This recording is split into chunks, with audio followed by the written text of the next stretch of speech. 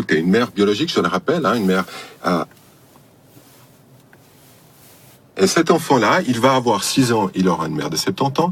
Cette fille, une jeune fille, quand elle aura 16 ans, elle aura une mère de 80 ans, pour autant que sa mère soit encore en vie. Et là, je pense qu'il y a éthiquement un problème et il faut prendre impérativement l'intérêt de l'enfant en priorité. C'est vrai, Astrid Stuckelberger, mettons-nous à la place d'un enfant qui, lorsqu'il a 20 ans, voire 16 ans, vit avec des parents de 80 ans.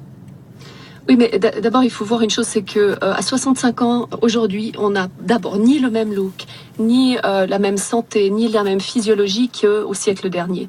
Donc, avoir 80 ans, c'est pas équivalent à 80 ans de votre grand-mère. Une femme à 80 ans peut être tout à fait bien. Sophia Loren a près de 80 ans, elle est tout à fait bien. Tout le monde n'est pas Sophia Loren, vous en conviendrez. Bon.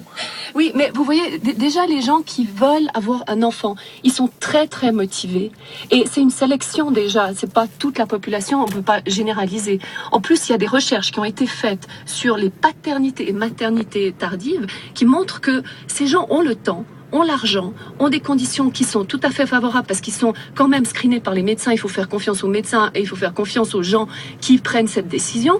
Et les conditions sont en fait beaucoup plus favorables qu'on pense. Et j'aimerais aussi après, enfin on va revenir là-dessus, mais qu'on mette les hommes au même niveau parce qu'il y a beaucoup plus d'hommes. L'égalité.